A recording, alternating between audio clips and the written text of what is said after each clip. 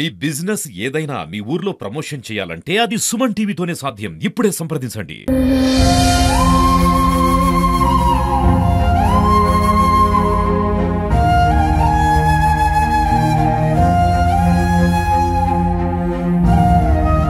Welcome to Suman TV Warangal. నిజానికి ఆ తండ్రి కాదు, ఏ తండ్రి కూడా ఊహించి ఉండడు. తన కన్న కూతురు పోస్ట్ మార్టానికి సంబంధించి తాను ఏ హాస్పిటల్ అయితే పనిచేస్తున్నాడో, సూపరింటెండెంట్గా ఉన్నాడో అదే హాస్పిటల్లో ఈరోజు పోస్ట్ మార్టానికి తన బిడ్డ సిద్ధమైంది. ఈ దారుణ సంఘటన హన్మకొండలో జరిగింది. అసన్పర్తి మండలం అసన్పర్తి ప్రాంతంలో నివాసం ఉంటున్న సృజన్ ప్రత్యూష డెంటిస్ట్ డాక్టర్ బలవన్మరణం చెందింది. నిజానికి ఇది హత్య అని ప్రత్యూష కుటుంబీకులు ఆరోపిస్తున్నారు. అయితే ఇంకా పోలీసులు ఏమీ చేయలేదు. ఇప్పుడు దానికి సంబంధించిన కారకులైన డాక్టర్ సృజన్ను మాత్రం ఇప్పటికే అరెస్ట్ చేశారు, రిమాండ్ తరలించారు. దీనికి సంబంధించిన వివరాలు కానీ కథనం కానీ ఒకసారి పరిశీలిస్తే 2017లో ఎవరైతే ఎన్జిఓ నాయకుడు ఉన్నాడో రామ్ కిషన్, వారి కూతురు సృజన్కిచ్చి ప్రత్యూషనిచ్చి వివాహం చేశారు. ప్రత్యూష డెంటిస్ట్ డాక్టర్గా పనిచేస్తుంది. 2017 నుంచి ఆ రోజు అప్పటి నుంచి ఇప్పటి వరకు కూడా ఏదో విధంగా చిలికి గాలి వాలినట్టుగా ఎప్పుడు కూడా చీటికి మాటికి తగాదాలు అవుతున్నాయి ఆ కుటుంబంలో కూడా. అవి అంతా కూడా పెరిగి పెద్దయ్యాయి. తల్లిదండ్రుల జోక్యం కూడా చేసుకున్నారు, చాలాసార్లు కూడా జోక్యం చేసుకోవాల్సి వచ్చింది. ఇటువంటి పరిస్థితులలో ఒక ఇంటర్వ్యూ సమయంలో డాక్టర్ సృజన్, ఎవరైతే దీని సంఘటన కారకుడని భావిస్తున్నామో, డాక్టర్ సృజన్ కేఎంసీలో పనిచేస్తున్నాడు, 1-2 ప్రైవేట్ ఆసుపత్రుల్లో కూడా పనిచేస్తున్నాడు.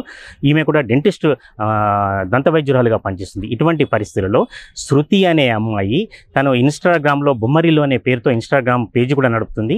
ఆ ఇన్స్టాగ్రామ్ సంబంధించి పరిచయం అయి అప్పటికే ఈ పరిచయం అంతా కూడా ఇంకా పైత్యంగా ప్రేమగా మారింది, లేకపోతే వాళ్ళ యొక్క సంబంధానికి దారి తీసింది. అప్పటి నుంచి కూడా ఈ సృజన్ వెంట సృజన్ల పరిచయం కూడా ఇంకా ముందుకు వెళ్ళింది. ఇటువంటి పరిస్థితులలో ఆ ఇన్స్టాగ్రామ్ పేజీకి సంబంధించి ఆ ఫోటోలు చూసి చాలాసార్లు కూడా ప్రత్యూష అభ్యంతరం చెప్పింది. ఆ అభ్యంతరాన్ని ఏవి కూడా సృజన్ పట్టించుకోలేదని ప్రత్యూష తల్లిదండ్రులు ఆరోపిస్తున్నారు. వాళ్ళ కుటుంబ సభ్యులు, వాళ్ళ బంధువులంతా కూడా ఆరోపిస్తున్నారు.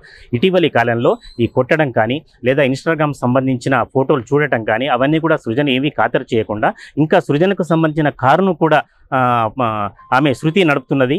ఈ విషయంలో కూడా ఇంట్లో గొడవ జరిగిందని కూడా ప్రత్యూష కుటుంబ సభ్యులు చెప్తున్నారు. ఇటువంటి పరిస్థితుల్లో చిట్ట చివరకు జరిగిన సంఘటన ఏమిటంటే ప్రత్యూష సంబంధించి బలవన్మరణం చెందింది. అసన్పర్తిలోని కాకతీయ విల్లాలో ఆత్మహత్య చేసుకుందని ఇది హత్యనని వాళ్ళు ఆరోపిస్తుంటే ఆత్మహత్య మాత్రం చేసుకుంది.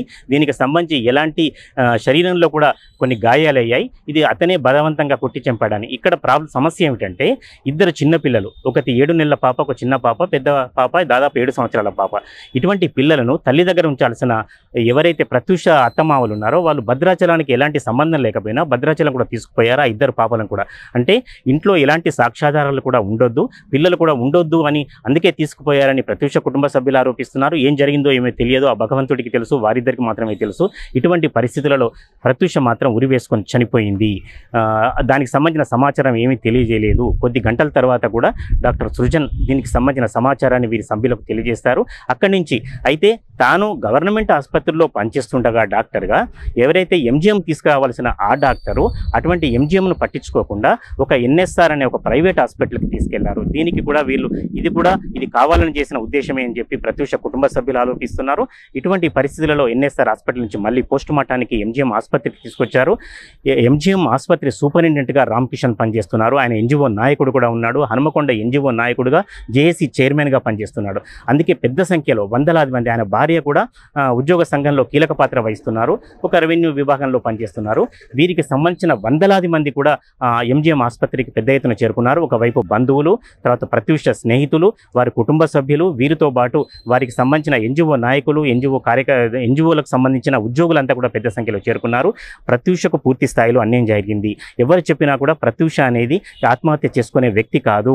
ఆమె చాలా మందికి, అంటే ఒక డాక్టర్గా కాకుండా చాలా మందికి సైకలాజికల్గా ఆమె ట్రీట్మెంట్ చేసేది, చాలా మంది కూడా చెప్పేది, ఉపదేశాలు చెప్పిన వ్యక్తి. తల్లి కూడా అనేకసార్లు చెప్పింది, ఈ వివాదాలు జరుగుతున్నప్పుడు అమ్మ నువ్వేం బాధపడకు, ఖచ్చితంగా నేను ఎలాంటి ఆత్మహత్యకు పాల్పడను, ఎలాంటి ఇబ్బందులకు గురి చేయను, మిమ్మల్ని బాధ పెట్టనని చెప్పిన ప్రత్యూష ఈరోజు మాత్రం బలవన్మరణం చెందింది. అంటే అది హత్యనా ఆత్మహత్యనా అది పోలీసులు ఖచ్చితంగా తేల్చాల్సి ఉంది. ఇటువంటి పరిస్థితుల్లో పూర్తిగా హత్యనని వాళ్ళు కుటుంబ సభ్యులు ఆరోపిస్తున్నారు. వాళ్ళు ఆరోపించిన విధంగా పోలీసులు ఇప్పటికైతే సృజన్ను అదుపులోకి తీసుకున్నారు. దీనికి సంబంధించిన ఫర్దర్ వివరాలు మన కొద్దిసేపట్లో తెలిసే అవకాశం ఉంది. ప్రత్యూష మాత్రం ఒక డెంటిస్ట్ డాక్టర్గా పనిచేసుకుంటూ సృజన్ ఒక డాక్టర్గా పనిచేస్తూ దీనిలో అనేక అనుమానాలు కూడా తావిస్తున్నాయి. ఒక ఇన్స్టాగ్రామ్లో పరిచయం, మనకు తెలుసు సోషల్ మీడియా పరిస్థితి ఎలా తయారైంది అంటే అందు ముఖ్యంగా ఇన్స్టాగ్రామ్కి సంబంధించి ఈ పేజీలకు సంబంధించి ఒకరికొకరు పరిచయాలు, సంబంధాలు అది ఏ దారికి తీస్తున్నాయో. శృతికి పెళ్లి కాలేదు, సృజనకు మాత్రం ఒక వివాహితుడు, 2 పిల్లలు ఉన్నారు. అయినప్పటికీ కూడా ఆ పరిచయం ఇంకా చాలా ముందుకు వెళ్ళింది. ఆ పరిచయమే ఈరోజు ఒక ప్రాణాన్ని తీసుకునే పరిస్థితికి తీసుకొచ్చింది. ఇటువంటి పరిస్థితులలో మరి వారి కుటుంబానికి ఎవరు న్యాయం చేయాలి? దానికి 2 చిన్నపిల్లలు ఉన్నారు. ఇటువంటి చిన్నపిల్లలు నా కుటుంబానికి ఏం చేస్తే ప్రత్యూష తిరిగి వస్తుంది? తప్పనిసరిగా మాత్రం సృజన్ను శిక్షించాలని, భవిష్యత్తులో ఇలాంటి సంఘటనలు జరగకుండా చూడాలని, వెంటనే ఆయన రిమాండ్ తీసుకోవడంతో సరిపుచ్చకుండా ఖచ్చితంగా సృజన్ను శిక్షించాలని వారి కుటుంబ సభ్యులు, వారంతా కూడా బంధువులు కావచ్చు, తర్వాత NGO నాయకులంతా కూడా ముక్తకంఠంతో డిమాండ్ చేస్తున్నారు. తర్వాత 18లో బాబు పుట్టింది. బాబు పుట్టినాక సెకండ్ వద్దు అని అనుకున్నారు, మళ్ళీ కావాలని మొన్న జనవరి 1కి ఆ జనవరి నుంచి ఇక టార్చర్ మొదలెట్టాడు. పాపేమో డల్లగా ఉంటుంది, ఏడుస్తుంది, అన్ని చేస్తుంటే మేము అనుకున్నాము. సెకండ్ 7వ సంవత్సరము 7 నెలలు రెండో పాపకి. అట్లా ఏమన్నా అంటున్నాడేమో సెకండ్ అన్నది అని అట్లా అనుకున్నాం. చెప్పలేదు ఇది. తర్వాత వాళ్ళ అత్త మామలకి చెప్పిందట ముందు, మాకన్నా ముందు మాకు చెప్పలేదు. చెప్తే వాళ్ళు మేము అడిగినాము, జస్ట్ ఫ్రెండే అంటున్నారు. ఒక దాంతో తిరుగుతున్నాడు. ఆమెని హైదరాబాద్ తీసుకురావడం, లాంగ్ డ్రైవింగ్ వెళ్ళడం, మధ్యలో హోటల్లో తినిపించడం, అది అవన్నీ స్టేటస్లో పెట్టి దీన్ని ఆ కారులో తిరిగినప్పుడు ఆ క్లిప్పులని, బ్యాగ్లని అట్లాంటివన్నీ అందులో కావాలని మా పాప చూడాలని పెట్టడం. వీడు కాదు, అది షేర్ చాట్ లో పెట్టి, షేర్ చాట్ లో పెట్టుకోవడము. అంటే దీన్నే మళ్ళీ బెదిరించిందట. ఇది నా మొగుడితో ఎందుకు తిరుగుతున్నావు అది ఇదని అంటే, నీకు దమ్ముంటే నీ వాళ్ళందరినీ తీసుకురా నా ఇంటికి, అక్కడ తెలుసుకుందాం అన్నది. ఒకసారి ప్రూఫ్లు చూపి నేను తిరుగుతున్నట్టు అని. ఈ మధ్యన అయితే వీడు కారు అదే వేసుకొని తిరుగుతుంది.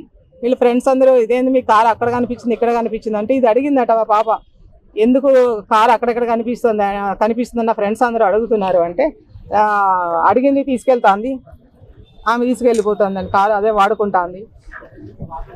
మొన్న దానికి బర్త్డే అయిందన్న రోజు కూడా ఏదో రిసార్ట్స్ ఏదో బుక్ చేసిండు అని తెలిసింది. దీనికి మీరు ఎప్పుడు కూర్చోబెట్టడానికి కానీ మేము అన్నాము, కూర్చోబెట్టి మాట్లాడతాము, మేము అడుగుతామే అంటే, అమ్మవాడు ఏదో పెద్ద గొడవ కావాలని చూస్తాడు, గొడవ చేసుకుని అది బేస్ చేసుకుని నన్ను వదిలేయాలని చూస్తాడు. పిల్లలు ఆగమైపోతారు అమ్మ. రేపు పొద్దున్న వాడు ఇప్పుడు పంచాయతీ పెడతారు, అందరికీ తెలుస్తుంది. రేపు పొద్దున వాడు మాడినాక కూడా ఆడు ఇప్పుడే మంచి సజ్జనని ఊరంతా పేరు వస్తుంది. వీడు మారినా కూడా వీడు అట్లాంటి వాడు పిల్లని ఇట్లా చేసిన అందరూ అంటారమ్మ. వాడు చెడ్డ పేరు వస్తుంది, వాడు మొత్తం లైఫ్ స్పాయిల్ అయిపోతుంది అమ్మ, నేను మార్చుకుంటా, నేను చెప్పుతా అని అంటోంది అన్నది. ప్రత్యూషను ఎవరు తీసుకురాకున్నా ప్రత్యూషకు ఎట్లా న్యాయం జరగాలి, లేకపోతే ఏమన్నా దీని గురించి ఏమైనా డిమాండ్ చేస్తారు? వాడు బయటికి రావద్దు, నా కూతురు జీవితం అన్యాయం చేసి చంపేసిండు. వాళ్ళ అత్త మామ కూడా, వాళ్ళ అత్త టార్చర్ కూడా బాగుంది. వాళ్ళ చుట్టుపక్కల అందరినీ అడగండి, దాని ఫ్రెండ్స్ని, వాళ్ళ అత్త వాళ్ళు ఎంత టార్చర్ పెట్టారు, వాళ్ళ ఫ్రెండ్స్ అందరినీ అడగండి. వాళ్ళ అత్త టార్చర్ కూడా బాగున్నది. ఇప్పుడు బాధలో ఉన్నదంటే కొడగ సపోర్ట్గా ఉండాలి. వాళ్ళ ముగ్గురు ఒక్కటయ్యి దీంతో మాట్లాడకుండా, అందరూ దీంతో మాట్లాడకుండా, దీన్ని అంతా సెపరేట్ బిడ్డ వచ్చే బిడ్డ ఏమైనా ఉంటే నేను చూసుకుంటా, నేను పెంచుకుంటాను వచ్చాయంటే, అమ్మ ఆగస్టు 17 నా మ్యారేజ్ డే ఉంది కదా, అప్పటి వరకు చూస్తాను, మారకపోతే నేనే వచ్చేస్తానమ్మా అన్నది. వచ్చే బిడ్డ ఏం కాదండి, 1 నెల చూద్దాం, మారకపోతే నేను వచ్చేస్తా, పిల్లల్ని తీసుకుని వచ్చేస్తా, నేను చదువుకున్నా, నేను జాబ్ చేసుకుంటా అమ్మా అన్నది. ఆత్మహత్య చేసుకునేంత పిరికైతే కాదు, అటువంటి వ్యక్తి కూడా కాదు, అస్సలు కాదు. నీకన్నా డబల్ ధైర్యం అని నాకు చెప్పిందండి. నేను ఏ పరిస్థితిలో చేసుకోనమ్మా, నీకు మాట ఇస్తున్నా, అసలు ఆ తాటు కూడా నీ బుర్రలోకి రానియకు అన్నది. స్పష్టంగా చెప్పిన అమ్మాయి అంత స్పష్టంగా చెప్పిందండి. అది పిరికిది కాదండి, చేసుకున్నంత పిరికిది అస్సలే కాదు. నేను దేన్నైనా ఫైట్ చేస్తాను మమ్మీ, అంతేగాని చిల్లరకి చావను మమ్మీ అని చెప్పింది. నాకు మాట ఇచ్చింది. నీకన్నా డబల్ ధైర్యం అమ్మా నాకు అన్నది. ఆ బిడ్డని వాళ్ళ ముగ్గురు కలిసి ఆగం చేసి కాదండి. ముందు రోజు వెళ్ళిపోతే 2 పిల్లలు, 6 నెలల పిల్లని కూడా పంపిస్తారా చెప్పండి? కోతపాలైనా కానీ పంపిస్తారా? తల్లి సంరక్షణలో ఉండాలి.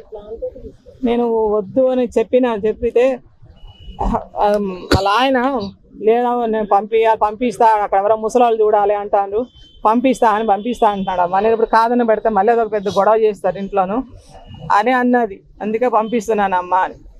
అది ఉన్నా కూడా ఎట్లుండేది.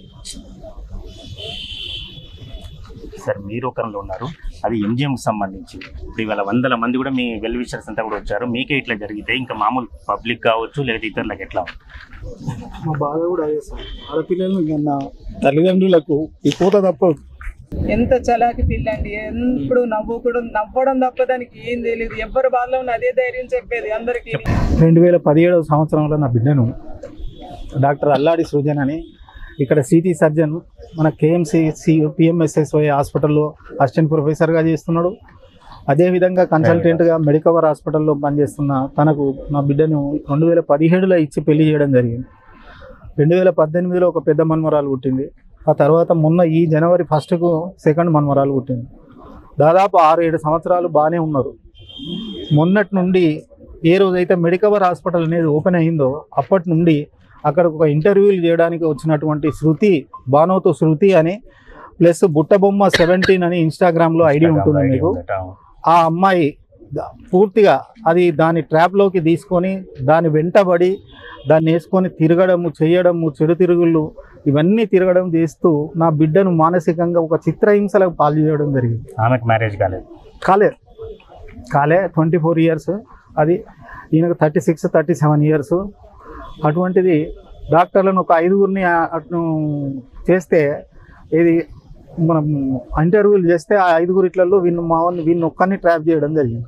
ఈ ట్రాప్ చేసి అప్పటి నుండి ఇప్పటి వరకు ఈ 10 నెలల నుండి నా బిడ్డ ఒక చిత్రహింసల పాలే కంప్లీట్గా. ఇట్లాంటి జరిగింది నా బిడ్డ ముందు తల్లికి చెప్పుకోక నాకు చెప్పుకోక అత్తకు చెప్తే కూడా అత్త మామ ఇద్దరు కలిసి కొడుకు సపోర్ట్ చేసి నా కొడుకు ఇట్లనే తిరుగుతాడు, నువ్వు అడగొద్దు, నువ్వేం చేయొద్దు, ఇట్లా ఎంతో మంది ఫ్రెండ్స్ ఉంటారు చేస్తారు కాబట్టి వాడిని నువ్వెట్లా ప్రశ్నిస్తావు అని చెప్పి ఇట్లా వాడిని ఎంకరేజ్ చేసి వాడిని పురిగొల్పి వీళ్ళు ఒక ప్లాన్ ప్రకారంగా నిన్న మర్డర్ చేయడం జరిగింది. ఎట్లా అంటే ఒక 7 నెలల పాపను చెప్పకుండా చేయకుండా తల్లి దగ్గర ఉంచకుండా 7 సంవత్సరాల మన్మరాలను 7 నెలల పాపను ఆయన మన్మరాలను ఇద్దరిని వాళ్ళని తీసుకొని భద్రాచలం పోయింది. అక్కడ పెద్ద ఏమీ లేదు. పెద్ద పాపను తీసుకుపోయి చిన్న పాపను బిడ్డ తల్లి దగ్గర ఉంచమని కార్యం కూడా కాదు, ఉంచమంటే కూడా ఉంచకుండా వాళ్ళు ఏం ప్లాన్ అంటే అది ఇక్కడ బిడ్డలు ఉండొద్దు, పిల్లలు ఉండొద్దు, వాళ్ళు ఉండొద్దు. వాళ్ళ అత్త మామ ఇద్దరు ఈ బిడ్డలు మనవరాళ్ళు 4 పోతే వీళ్ళు ఇద్దరే ఇంట్లో ఉన్నారు. ఇద్దరే ఇంట్లో ఉన్న సందర్భంలో వాళ్ళు అటు పోయిండ్రు. వీడు 4:30కు కొట్టిండు, చేసిండు, వీడే చంపిండు, మ్యాక్సిమంగా చంపేసి దానికి ఉరేసి దాన్ని ఏదో పలగొట్టిన అన్న ఒక సీన్ క్రియేట్ చేసిండు. వాడు చేసి అన్యాయం చేసిండు సార్. ఇంత ఘోరంగా అన్యాయం చేసినటువంటి మేము కోరుకునేది ఏం సార్ అంటే ఈ స్థాయిలో ఉన్న మేమే ఎదుర్కోలేకపోతే ఇక మామూలు వాళ్ళ పరిస్థితి ఏంది. వాడు ఇవాళ నేను ఒక డాక్టర్ను, నాకు ఇంత సంపాదన ఉన్నది, ఇంత ఆదాయం ఉన్నది అని చెప్పి ఒక విర్రవీగి ఆ బలుపుతోటి చేసిన పని తప్ప. అందుకే కొంతమందిని అనుకుంటాం సార్ ఏంటంటే ఈ చెడు తిరుగుళ్ళు అలవాటు ఉన్న వాళ్ళకు అమ్మాయిలను ఇస్తే వాళ్ళ పిల్లల భవిష్యత్తులు నాశనం అయిపోతాయి అనుకోం కదా, మంచిగా అనుకుంటాం కదా. అట్లాంటిది బిడ్డ జీవితం నాశనం అయింది, నా బిడ్డ ప్రాణమే పోయింది. వాళ్ళను సార్ మేము కోరుకునేది ఏంటంటే వాడు డాక్టర్ సృజను, ఆ శృతి తర్వాత మన అమ్మ నాన్నలను ఖచ్చితంగా కఠినంగా శిక్షించాలి సార్. ఎందుకంటున్నా అంటే ఈ కడుపు కోత ఇంకే తల్లిదండ్రులకు రావద్దు.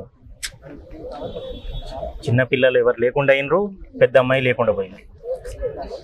ఆ చిన్న పాపల భవిష్యత్తు ఏమని చెప్పాలి సార్. మీరు ఎన్ని చూసినా కూడా తల్లి చూసినట్టు ఉండదు కదా. ఎంతమందిని ఏం చూసినా ఏం చేయాలి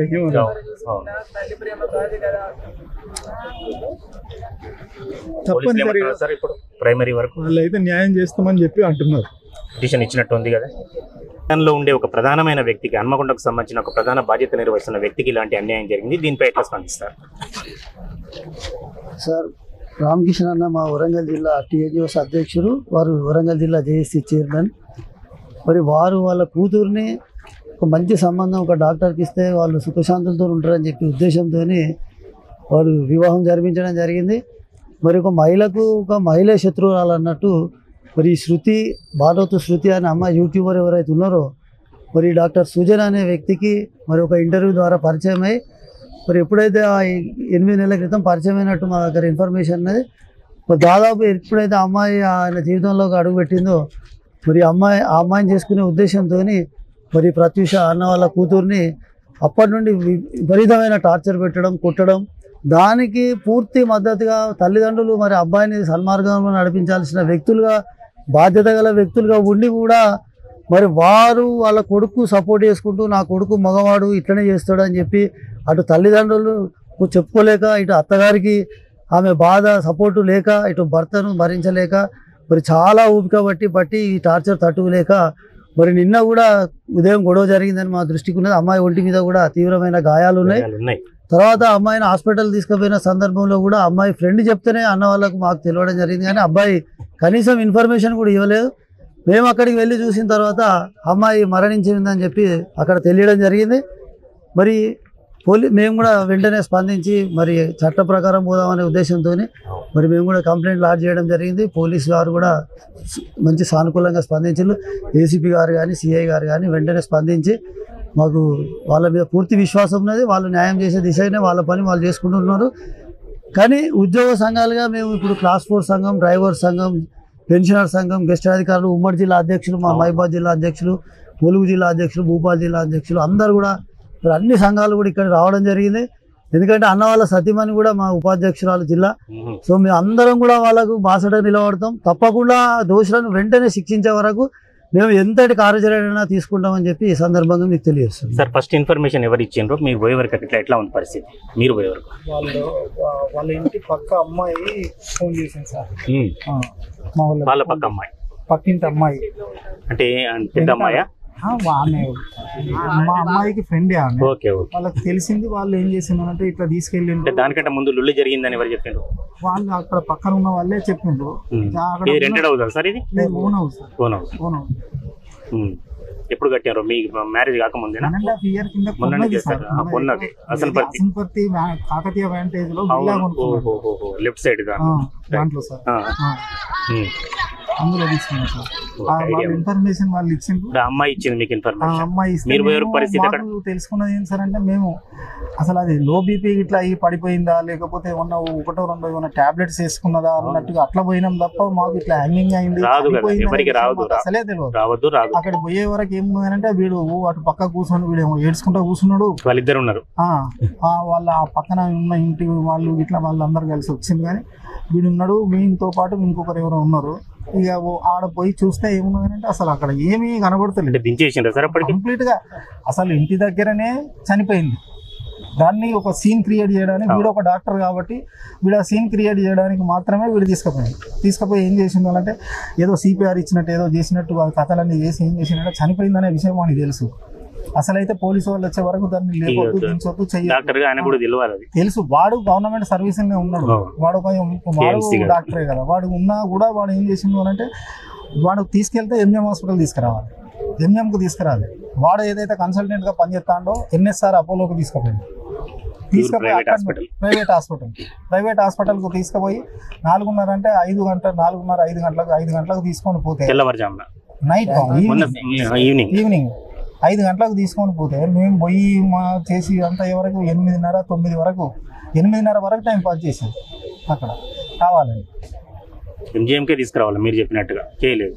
చనిపోయినాక బ్రాడ్ డెడ్ కేసు తీసుకుపోతాడు. అటువంటిది వాడు కావాలని ఇదంతా చేసిండు. అక్కడ కూడా చనిపోయిన దగ్గర కూడా అంతా మిస్టీరియస్ గానే ఉన్నది.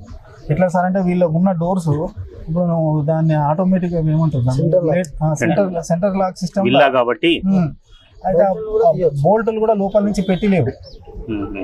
పెట్టిలేవు కాబట్టి వీళ్ళు బయట నుండి ఇట్లా తీస్తే వస్తుంది. అది దానికి వీడు సీన్ ఏం చేసిండే దాన్ని పలగొట్టి చేసి 20-25 నిమిషాల టైం పాస్ చేసిండు ఆ సీన్. అది అసలు అవసరమే లేదు, తీస్తే వస్తుంది, లేకపోతే కీ పెట్టినా వస్తుంది, లేకపోతే బయట నుండి లోపల బోల్ట్ పెట్టకపోతే బయట నుండి వస్తుంది. అట్లా ఉన్నా కూడా చేయకుండా అదంతా ఒక సీన్ క్రియేట్ చేసి అట్లా మీరు రాగానే ఇక్కడ తీసుకొచ్చిందా సార్? కంప్లైంట్ ఇచ్చారు అక్కడనే ఎన్ఎస్ఆర్ అపోలోనే ఉన్నాం అప్పుడు.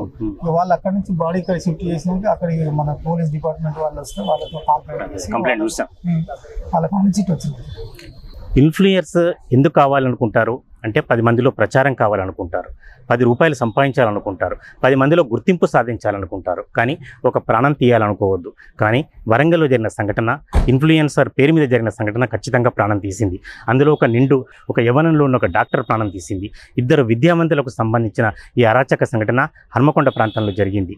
దీనికి సంబంధించిన వివరాలకు వెళ్తే, ఎవరైతే ఇప్పుడు మనం ఆరోపిస్తున్నామో బుట్టబొమ్మ పేరిట అనే శృతి అనే అమ్మాయి అప్పటికే వివాహితుడైన డాక్టర్ సృజన్కు సంబంధించి తన పరిచయాన్ని పెంచుకుంది. సోషల్ ఇన్ఫ్లుయెన్సర్ పేరిట ఆమె అనేక కార్యక్రమాలు చేసింది, అనేక మంది డాక్టర్ల ఇంటర్వ్యూ చేసింది. ఆ డాక్టర్ల ఇంటర్వ్యూ చేస్తున్నప్పుడే ఎవరైతే సృజన్ పరిచయం అయ్యారో ఆ సృజన్తో పరిచయం చాలా దూరం ముందుకు వెళ్ళింది. ఆయన వస్తువులు వాడుకోవటం కానీ, ఆయన కారును వాడుకోవటం కానీ, ఆయనతో పరిచయం పెంచుకోవటం, ఆయనకు సంబంధించిన ఫోటోలన్నీ కూడా స్టేటస్లో పెట్టుకోవడం, లాంగ్ డ్రైవ్కి వెళ్ళడం, ఇవన్నీ కూడా కొద్ది రోజులు జరుగుతున్నాయి. దీనికి సంబంధించి ఎవరైతే సృజన్ భార్య ఉందో ప్రత్యూష, ఆమె కూడా డాక్టరే, ఆమె కూడా విద్యాధికురాలే. అటువంటిప్పుడు నిలదీసింది. ఈ సోషల్ ఇన్ఫ్లుయెన్సర్ పేరిట జరుగుతున్న ఈ కార్యక్రమాన్ని ఆపాలని ప్రయత్నించింది, కానీ ఆమెకు ఫలితంగా జరిగింది. చివరకు ప్రాణం తీసే వరకు ఆ సంఘటన వెళ్ళింది. అనేక సార్లు గొడవలు జరిగాయి, తల్లిదండ్రులు కూడా జోక్యం చేసుకోవాల్సి వచ్చింది. అత్తమామలకు చెప్పినప్పుడు కూడా ఫలితం దక్కలేదు. చివరకు ఈ కార్యక్రమం అంతా కూడా ఒక ప్రాణంతో ముగిసింది.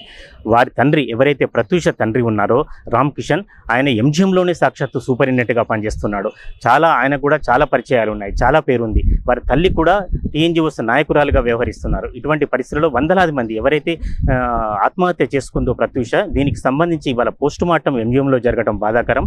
ఎంజిఎంకు సూపరింటెండెంట్గా వ్యవహరిస్తున్న రామ్ కిషన్ కూతురే డెంటిస్ట్ డాక్టర్ ప్రత్యూష.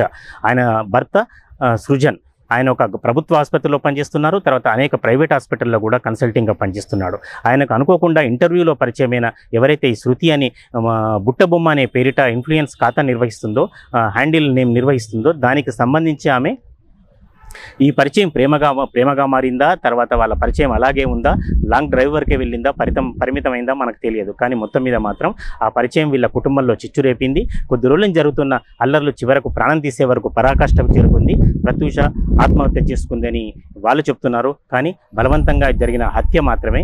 ఆత్మహత్య చేసుకునే పిరికిది కాదు.